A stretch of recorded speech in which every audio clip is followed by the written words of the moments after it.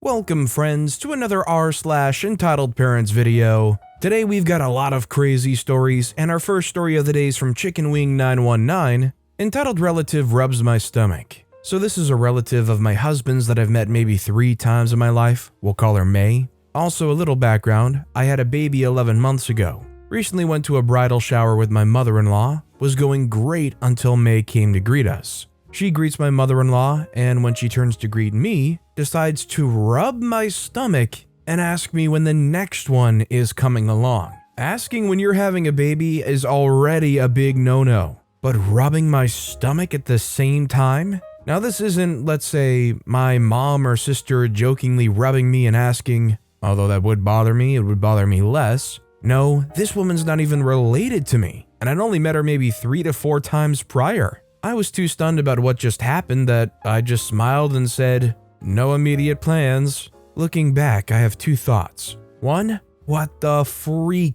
2, was she expecting me to say, "Yeah, I'm pregnant," because I haven't lost all my pregnancy weight? Would you guys agree that the only time you ask when a baby is due is when you know with absolute certainty that the mother is pregnant? Or do you think that sometimes you can actually tell just by appearance? Let me know what you guys think down in the comments. Our next story is from Potato Bin. So this is my entitled parent encounter at a supermarket. So I was buying chips at the grocery store, and I really wanted Lay's barbecue chips. So I walked to the chip section to take it. It was the last bag. When I was taking it, a woman with her 5-year-old rolled around the corner and shouted, "Stop, I want that bag of chips." I told her no, and she shouted at the top of her lungs. My reaction was like, "What the freak is wrong with you? It's just chips." An employee came and asked, "Ma'am, why are you shouting in our store?" She was like, "Because this kid wants the last bag of chips." And keep in mind, I am a child. The mom looked at me like I did something wrong and I shouldn't have taken the chips.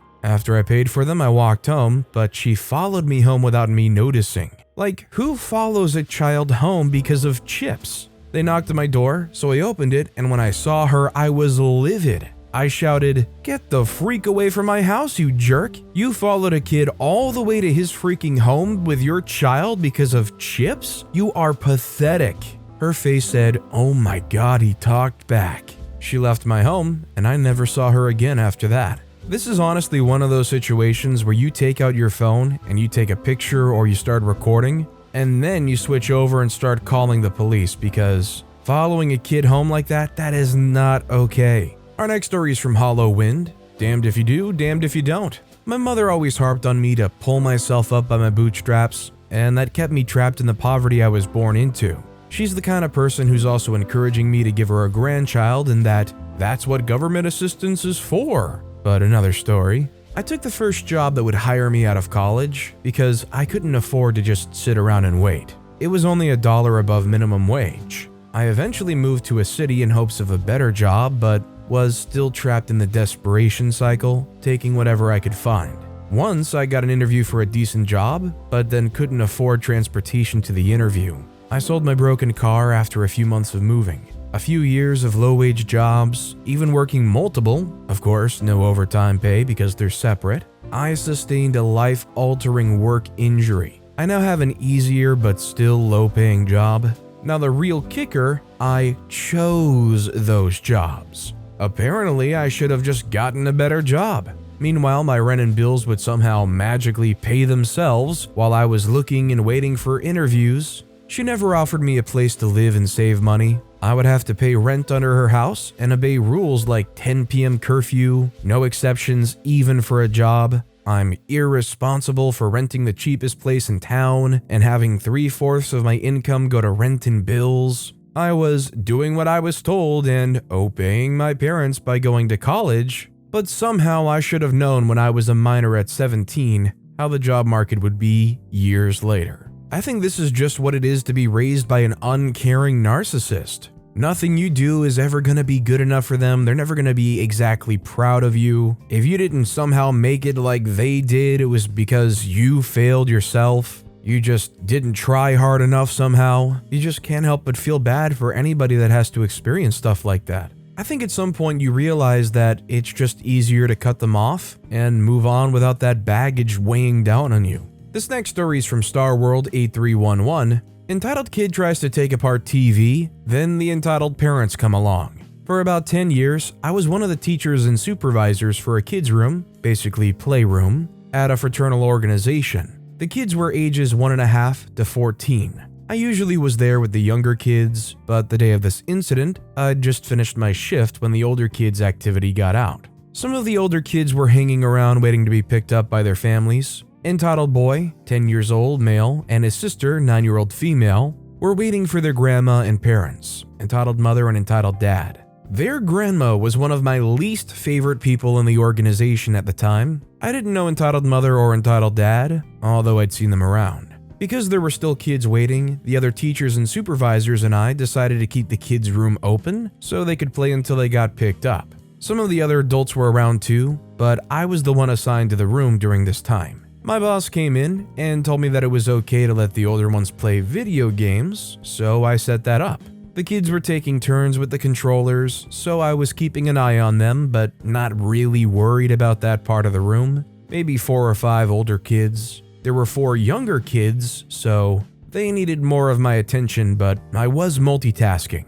I saw the TV screen flicker for just a second, and the older kids started calling for me, even though I was 2 feet away from them, to come see what's wrong. As I was telling them that I'd be right there, entitled boy yelled, "I'll fix it, I can fix it." He went behind the TV and I heard something plastic fall. Now, there's nothing behind there, and nothing around except the TV, the desk that it's on, and the wall. So I knew that the plastic thing has to be part of the TV. The controller's plugged in the front, but the back has a panel that pops open for repairs. Entitled boy had popped it open and was trying to take it apart. I rushed over there, pulled his hands away and told him to stop. He was adamant that he knew how to fix it and that he'd help his dad fix their TV at home. His sister was shaking her head. He tried to grab at the insides of the TV again, and I told him that he needed to be over at the other end of the room for a while if he couldn't control himself. I got the game going again, and the rest of the kids were playing and watching again. All of a sudden, entitled boy huffed out of the room. He came back in with entitled mother and entitled dad. Entitled mother yelled, "You are never to talk to our son like that again. Do you understand? You're not in charge. We are here, so we're in charge of him. If you have a problem with him, you come tell us, but don't ever talk to him again." Entitled dad chimed in with, "He does know how to fix the TV. We have one like that at home. He knows what he's doing." At this point, the sister was almost crying and had become a bump on the floor from embarrassment. I told the parents, "I'm in charge of this room right now, and I couldn't leave because I have other kids to supervise also. You don't need to yell at me, and if you have a problem with how I run the room when I'm here, you can take it up with my boss." They collected their kids and left, slamming the door behind them. My boss came in about half an hour later and apologized for the parents' behavior. I told him exactly what happened because, of course, they only told him that I'd yelled at their son for no reason as he was trying to help fix the TV. I asked him what I should do in the future if I have that or a similar situation with that family, and he said to get the grandma or get him right away, even if it's calling him on the phone. He's usually in another part of the building when we have it open. He said that I did the right thing in this case though, and that he talked to the parents and make it clear to them who was in charge. A week later, he posted a laminated sign on the room door that we filled in with our names when we were there. Kind of a teacher's name is on duty, except it was worded a little differently and had a blank for 2 names for the different age groups. It sounds to me like this 10-year-old boy was trying to do a let's get electrocuted inside the TV speedrun. If that's how they helped their dad fix the TV, maybe it was their first dad they helped out. By the way, if you're enjoying these stories, make sure to hit those like and subscribe buttons down below so you never miss any of my daily videos. Our next story is from Carl the Well-Endowed. It was a dime. This just happened and was one of the stupidest interactions of my life. I was in self-checkout at the local Freddy's, and after I pay, I saw there was a dime sitting in the change return. Since I often have to pay parking meters, I grabbed it and threw it in my pocket.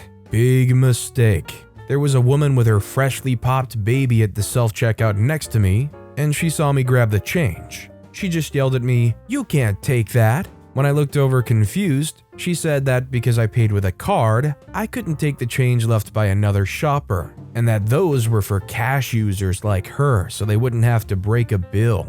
Obviously, I've seen that at a convenience store, leave a penny thing, but never in a change return at a grocery store. The clerk walked up and asked what was up, and I just said that she was mad I took change out of the return, and I grabbed my bags and walked off, while the woman was still fuming at the employee. It was just such an over-the-top reaction to the stupidest little thing. As somebody that's gone through plenty of self-checkout, I can tell you confidently that they didn't leave that dime there on purpose. This was no pass it forward, leave a penny type deal. Somebody likely just forgot to get their change, or somebody doesn't care about carrying around coins. God forbid we now need to start gatekeeping change in the change return at a self-checkout. Our next story is from Boba Milk T76. My mom spent my entire life destroying any ounce of self-confidence I've ever had. Overly dramatic vent warning, also ED trigger warning, but hi, I'm 20 years old. I've spent my entire life,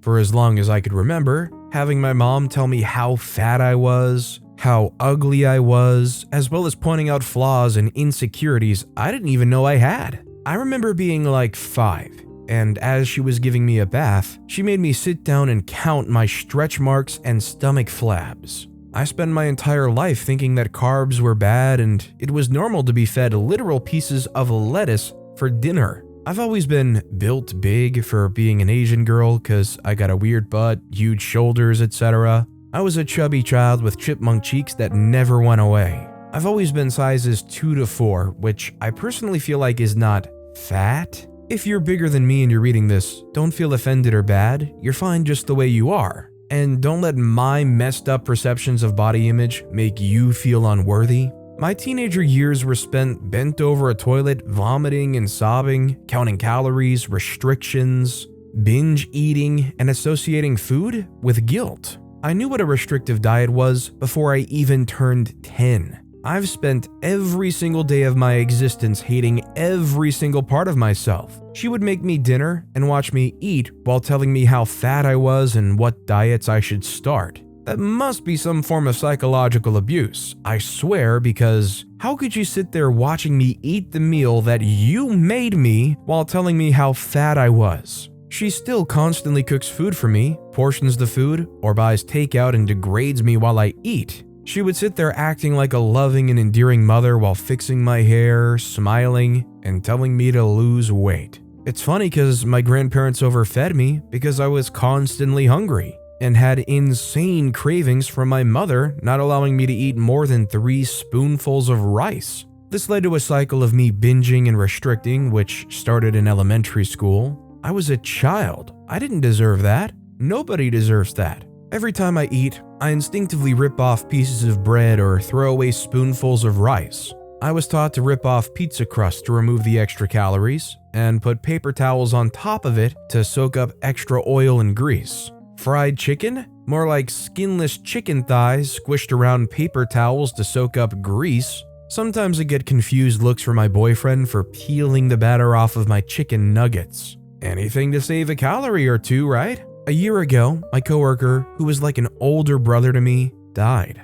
I was overwhelmed, stressed, and had horrible anxiety that led to me not eating or throwing up everything. I was at my skinniest. My mom finally showed me love. She told me how proud she was of me and how beautiful I was. I cried every night, purged, and could barely stand up because of how sick and dizzy I felt. My boyfriend and I almost broke up because I was so horrible and mean because I was just so hungry. I looked so good though. My mom reminds me every day of how beautiful I was and how she wishes I could be like that again every day. My stepdad tells me how I should go back to working in that place because the trauma made me thin. Every day I get told that I need to relive the most traumatic event in my life in order to look pretty. All the times I've cried, left the dinner table, screamed, and locked myself in my room wasn't enough. She tells me that it's her duty as my mother to make sure I'm pretty. What a waste, she would say. What a waste of your youth. Don't you want to be pretty? Ironically, my entire youth was destroyed because of her. My self-image is screwed. I will never know what it's like to feel normal. I'll never know what it's like to eat food without calculating calories and guilt. I'll never get the last 20 years of my life back. I will never get to enjoy food.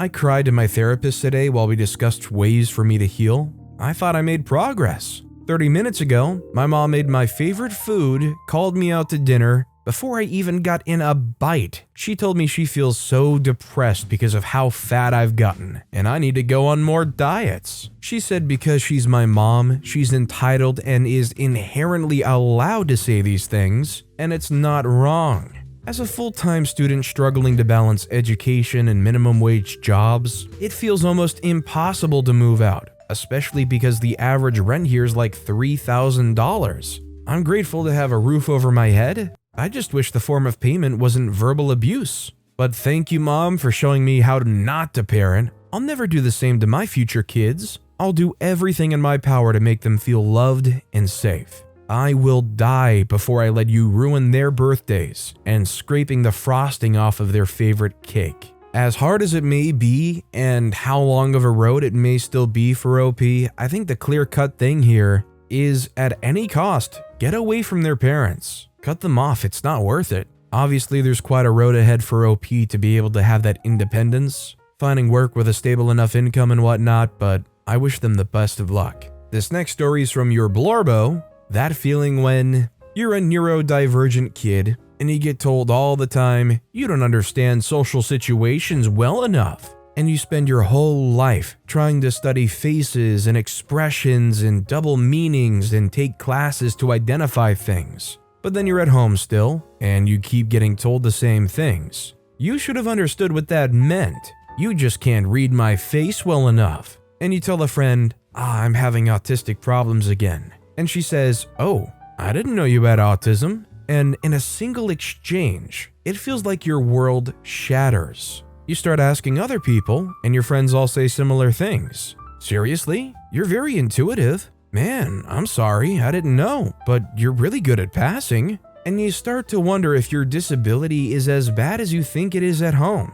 Maybe your parents don't want a normal kid, they want a mind reader. I actually think sadly that there's a lot of parents out there that treat their kids the way OP's been treated here that are actually just abusive or narcissistic or overall not great people that are these kids' parents. I've dealt with people who have anger issues or are narcissists and they have no patience, and when they're asking you about something and you don't just get it, they can flare up and lash out at you and basically make you feel like it just makes you feel the worst of yourself and you put yourself down, and all this lashing out or putting you down that they do could have been resolved if they just communicated more, if they just used their words and tried to explain what it is they're thinking. This next story is from Little Sister Binks. Entitled Mother-in-Law ruined relationship with my husband because he doesn't do enough, and he owes her because I'm his mother. She also ruined his relationship with his brother because mother-in-law constantly tells him my husband doesn't do enough.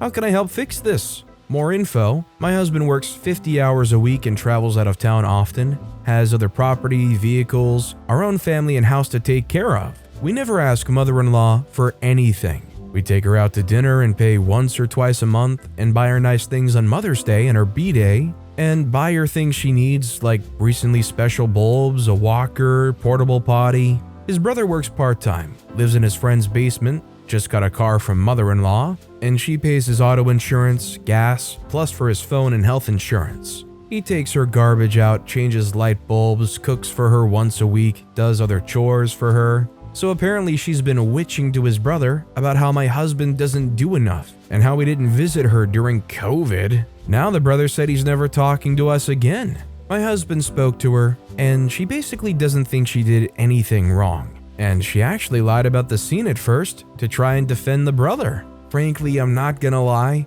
them acting this way and trying to cut off OP might be for the best. In fact, I wouldn't be surprised if after a while they try to come crawling back, or more likely they'll pop up out of nowhere and immediately start trying to guilt trip OP for not doing anything. Our next story is from 90% the Tiro, how my father made me steal my own belongings. I've already told you about my father yelling at me when I was 12 years old that I was costing him too much money after sending me to the doctor when I was sick on my own on a bike. I will now explain why I had to steal my own belongings. When I was 14 or 15, my parents broke up. My father fought for custody, and as he already had a house, yes, he kept it, the judge tipped in his favor. My sisters and I had to live with my dad, and every other weekend we had to go to my mom's. When I was 15, I moved in with my mother. Being considered old enough to make a decision, the judge's decision no longer applied to me. But when my sisters had to stay with my father for the weekend, my mother would push me to go too, just to keep a family connection. During those weekends, so many stupid things happened that I couldn't list them all, but here's the stupidest of them all. After selling all my DS games, bought with my own pocket money, my father bought us an R4 for me and one of my sisters, whom we will call Lucy. My younger sister, who we'll call Sam, didn't have a DS at that time because she broke everything she had. While I was playing in the living room, Sam came to ask me to lend her the DS. As I was in the middle of a game, I refused and told her she can get it later, so she went to complain to my father. Sam was always the golden child for my father. He always said that he wanted a boy, and was proud when Sam was born. He would give her anything. Sam was born a boy but came out trans last year, so I would continue to say her. My dad walked into the living room, asking me to give my sister the DS. I explained that I was in the middle of a game, and he gave me 10 minutes to save and give the DS to Sam. Being a 15-year-old who loves video games, I wasn't necessarily happy, but I accepted because I love my sister, and I have another video game who I wanted to play with on another console. After 10 minutes, Sam came back to ask for the DS again. Not having a saving point, I told her to wait 2 minutes to have some time to save, and then lend her the DS. Sam went to see my dad. This one, he comes in raging in the living room to yell at me that I was selfish, that I kept disobeying him, and that if I acted like my mother, I could go back home. I called my mom and I went upstairs in my room to pack my things up, this time intending not to return for a long time. I started to empty my closet with the help of Lucy. When my father saw my bag full, he refused to let me bring my clothes with me, explaining these are clothes he bought with his money and that therefore they stayed here. 1, it wasn't true, it was my mother who bought me these clothes. 2, it wasn't true. Half the clothes were from my mother or my cousins. And 3, what did he want to do with the clothes of a 15-year-old? So I talked to Lucy and we made a plan. I filled my bag with things that I could take to my mother's house, aka my toothbrush, my pajamas, 2 outfits and my homework, and I filled another bag with all my other clothes. Knowing the house and the location of my father and Sam, I sent Lucy to make sure they're there. I went through another way in the house to get to the ground floor, opened a window, and I hid the bag outside, where I knew no one would pick it up. Then I pretended I walked the dog out before my mom got here. During my walk, I got the bag, got closer to the road where my mother was going to arrive, and I hid it again. I then enjoyed a last moment with my dog. I hugged him and said goodbye. The dog was very old, and I felt that it was my last moment with him. He passed a few weeks later. Then my mother arrived. I left without saying goodbye, and I got my stuff before I went to my mother's house. When I explained everything to her on the road, she told me that I would only go to my father's house if I wanted to, that she had already talked to Lucy, and that she would also move to my mother's house when she was 14. That's not how it happened, but that's a story for later. My father never knew what happened. Sam recently remembered this story, apologized, and was really surprised to learn how I'd stolen my stuff. I still have a lot to tell you about my father, and as the stories go, we'll crescendo on stupidity, manipulation, and illegality. Yes, you read that right. Honestly, I'm just glad that OP's mom was so supportive of them. I think it's great that OP's mom was wanting OP to still go over there to maintain a relationship with their father, and when it was revealed to not be a healthy thing at all, OP's mom said, "Alright, I won't ever force you." That's a good mom. Our next story is from Technician Sad 4781. My sister keeps waking me up for no reason. My sister is nearly 20. I have my room right next to the apartment door that led outside. She has school at 7 a.m. and wakes up at 5 a.m. Never whispers, always screams across the house, and wakes me up 90% of the time.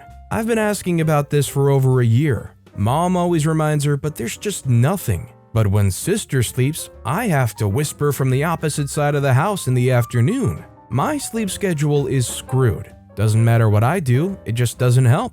She always uses the excuse that she has to study and mom just nods, but literally screams in the morning, and I'm not allowed to even whisper in my natural voice. I'm on the verge of breaking down.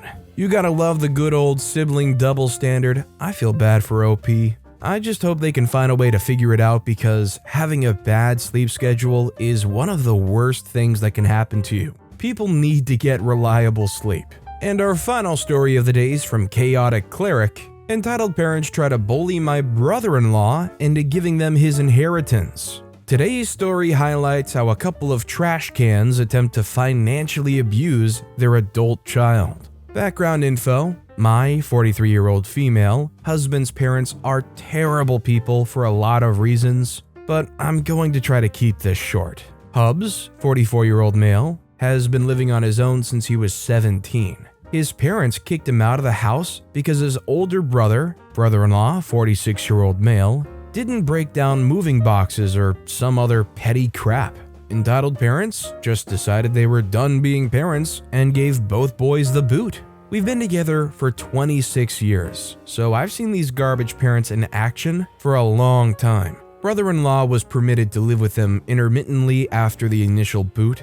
Hubs never asked them for anything again, and we're extremely low contact with them. My husband's grandparents both passed away last year, within days of each other due to old age. They were really nice grandparents, and a great set of role models for our family. After they passed away, we were given some household items, and didn't expect anything from the estate. Unbeknownst to us, there was a portion left for each of the adult grandchildren. The aunt in charge of the estate recently sent a letter telling my husband how proud Grandpa was of him and a check for $5,000. This was a really nice gift. Hubs has depression issues stemming from childhood, so having something tangible for him to hold on to and read from Grandpa was so nice. Because we're doing so well, we're able to just deposit the check into savings. This estate planner said the grandparents would be very happy that we're saving it. Brother-in-law struggled through a young adulthood and has some codependency issues with entitled parents.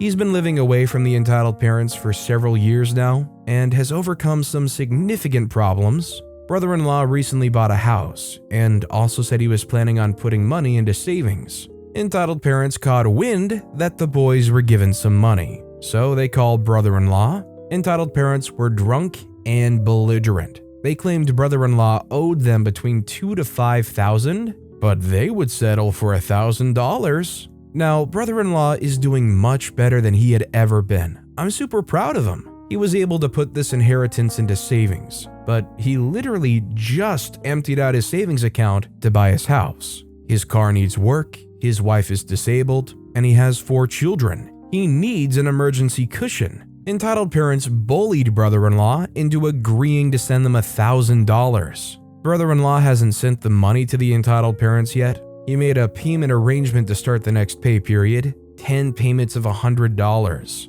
This owed money is supposedly from when entitled parents and brother-in-law were all living together over 6 years ago. Brother-in-law paid the full amount of rent and utilities at that time. The entitled parents were supposed to pay for food and help babysit. Full disclosure, the whole group is dysfunctional together. Polysubstance abuse was a household problem. Brother-in-law is sober now, entitled parents are not. My husband calls brother-in-law just for brother time. Brother-in-law tells my husband what entitled parents did. Brother-in-law stressed out. Brother-in-law doesn't want to give entitled parents money, but feels like he has to. Brother-in-law also owes us some money because we paid his light bill a few months. Note: entitled parents would let their grandkids go without heat in the winter. They were asked and refused to help with the light bill. Brother-in-law keeps promising to repay us, and he's stressing out because he hadn't paid it back yet. We aren't even stressing the light bill money and haven't even asked for repayment. My husband tells brother-in-law under no terms should he send money to entitled parents. Grandparents sent that money to grandkids through the estate planner. We assume they did it specifically because if they sent it through entitled parents, it wouldn't have come. Brother-in-law is nervous because he's on shaky ground with entitled parents. Husband said, "Who cares? They're terrible parents, and you're better off without them around." Brother-in-law agrees and says he won't send them the money. Husband told brother-in-law, if entitled parents call again and ask for money, then let them know the estate planner will be notified of their attempts to hustle him out of money. Entitled parents were also given an inheritance, but they borrowed money from the grandparents several times over the years. Each time they borrowed, grandparents stated this money comes from your future portion of the estate. I don't know what the entitled parents were left with after all their borrowing, and we don't really care. Next episode, with permission from Kiddo, what these entitled grandparents said to their non-binary grandchild at last year's joint grandparent funeral. I think it definitely goes without saying that the brother-in-law should not send this money to them whatsoever. Considering, yeah, they were living with the entitled parents, but brother-in-law was paying the full utilities and the full amount of rent? And it was over 6 years ago? As far as I'm concerned, brother-in-law doesn't owe them anything. But with that being said, that's all the time we have for today. Now, if you want to hear another entitled parent story that was crazier than any of these stories, click on that left video. Or if you missed my latest video, click on the right. That said though, I'll see you all next time with some more stories.